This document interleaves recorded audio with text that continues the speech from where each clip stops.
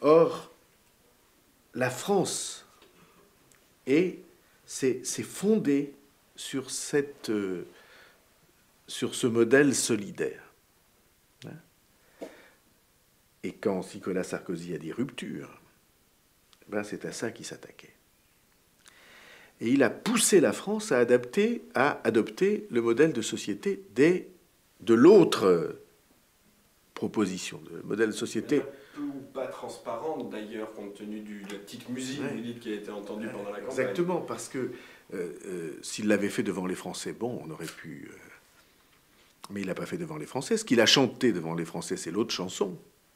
Il a fait des citations de Jaurès, de Blum, toutes les figures du socialisme français.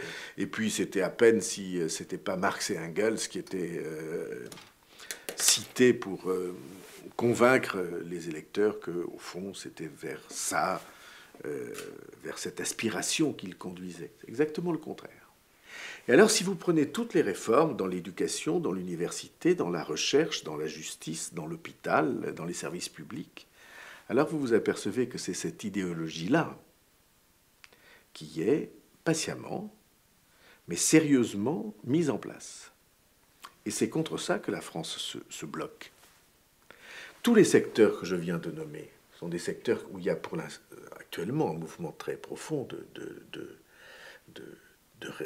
réticence, de réserve, de refus de ce qu'on est en train de lui imposer. C'est un mouvement fondé sur les valeurs profondes de la nation, la valeur profonde de la République.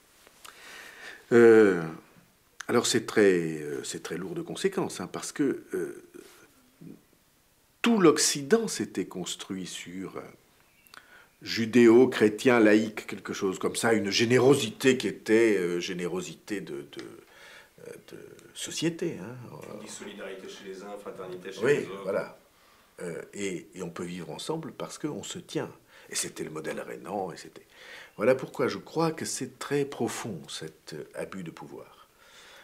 Deuxième abus de pouvoir. Hein. On essaie d'imposer à la France une idéologie qu'elle a toujours refusée. Et on le fait dans tous les domaines. Je donne beaucoup d'exemples dans le livre. Troisièmement, troisième abus de pouvoir, alors ça c'est plus difficile à évoquer parce que nous n'en voyons que la partie émergée de l'iceberg. C'est que ce régime met progressivement en place des réseaux sur la société française qui unissent des intérêts financiers, des intérêts médiatiques, des intérêts industriels, des intérêts politiques. Et la caractéristique de ces réseaux, c'est qu'ils ne disparaissent pas avec l'alternance. Vous anticipez sur une question, peut-on en revenir de ce chemin? Eh bien, on peut en revenir à la condition de suivre les propositions que je fais précises, qui sont vote... Mais avant de voir si on peut en revenir, mesurons ceci. Si vous avez de grands conglomérats avec de très grandes industries, je vais prendre des exemples tout à fait par hasard, je ne fais pas de politique, j'y connais rien. Mettons le nucléaire, devenu privatisé, de très grandes industries qui touchent le transport, les turbines, plus de très grandes maisons de BTP, plus de très grands médias qu'on garderait ou qu'on donnerait à des gens avec qui on aurait. Qu'est-ce que fait le pouvoir le jour de l'alternance? Quel est le pouvoir du pouvoir le jour de l'alternance?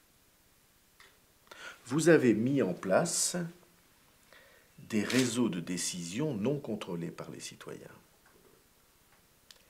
Et ceci, pour moi, est le troisième abus de pouvoir. Alors, il est in progress, comme disent les anglo-saxons, c'est-à-dire en cours de. Mais il y a là quelque chose à quoi on a le droit de s'intéresser. Et c'est ainsi que, tout d'un coup, les nominations dans les grandes banques prennent un autre sens. C'est ainsi que les opérations de privatisation en préparation prennent un autre sens. Et que donc, selon moi, il importe d'être attentif, d'être équilibré et d'être attentif. Alors je n'ai aucun sens de complot, de comment on dit ça, mais je vois très bien ce qui vient. Ça vient depuis le Fouquet, ça. Le Fouquet, c'était pas autre chose que ça. Fouquet, c'était, je dis dans le livre, l'acte primal, la scène primitive du sarkozysme. Ils n'étaient pas élus depuis 3 minutes que se réunissaient dans le lieu de la richesse démonstrative les vrais vainqueurs. Les grosses fortunes. La plus grosse fortune de France, la plus grosse fortune de Belgique, la plus grosse fortune du Québec, des milliardaires comme s'il en pleuvait, des médias amicaux comme s'il en pleuvait. Et ça, c'était les vrais vainqueurs. Pendant ce temps, les pauvres bougres sur la place de la Concorde, ils attendaient, ils se battaient les flancs. C'était une image intéressante de la suite. Alors, qu'est-ce que cette image veut dire? Ça veut dire que, selon moi, Nicolas Sarkozy a une espèce de religion de la puissance. Je crois que ça correspond à quelque chose de profond. Il aime les puissants, les riches, les célèbres, le showbiz, tous gens qui partagent des genres de vie dont on peut penser ce qu'on veut, mais dont on sait qu'ils ne sont pas ceux des citoyens moyens. Des milieux de privilèges qui considèrent les privilèges comme normaux. Vous comprenez? Et donc, à mon sens, c'est la troisième inquiétude, mais tout ça est triplement abus de pouvoir. Alors je lis dans les journaux que j'ai fait un pamphlet. Il n'y a pas un mot de pamphlet dans ce livre. Il y a un jugement, il y a des scènes que je raconte, comme je les vois, mais en effet, j'ai une détermination assez grande, mais probablement je ne sais que le 10e, notamment de ce troisième enjeu. Je ne sais que le 10e. Le pire est qu'ils trouvent ça normal, tous. En tout cas, tous ceux qui sont dans. Parce que c'est d'incroyables garanties sur le futur, ça. Ça veut dire que, bon, on est assuré pour des décennies de conserver et d'accroître les avantages et les privilèges dont il s'agit.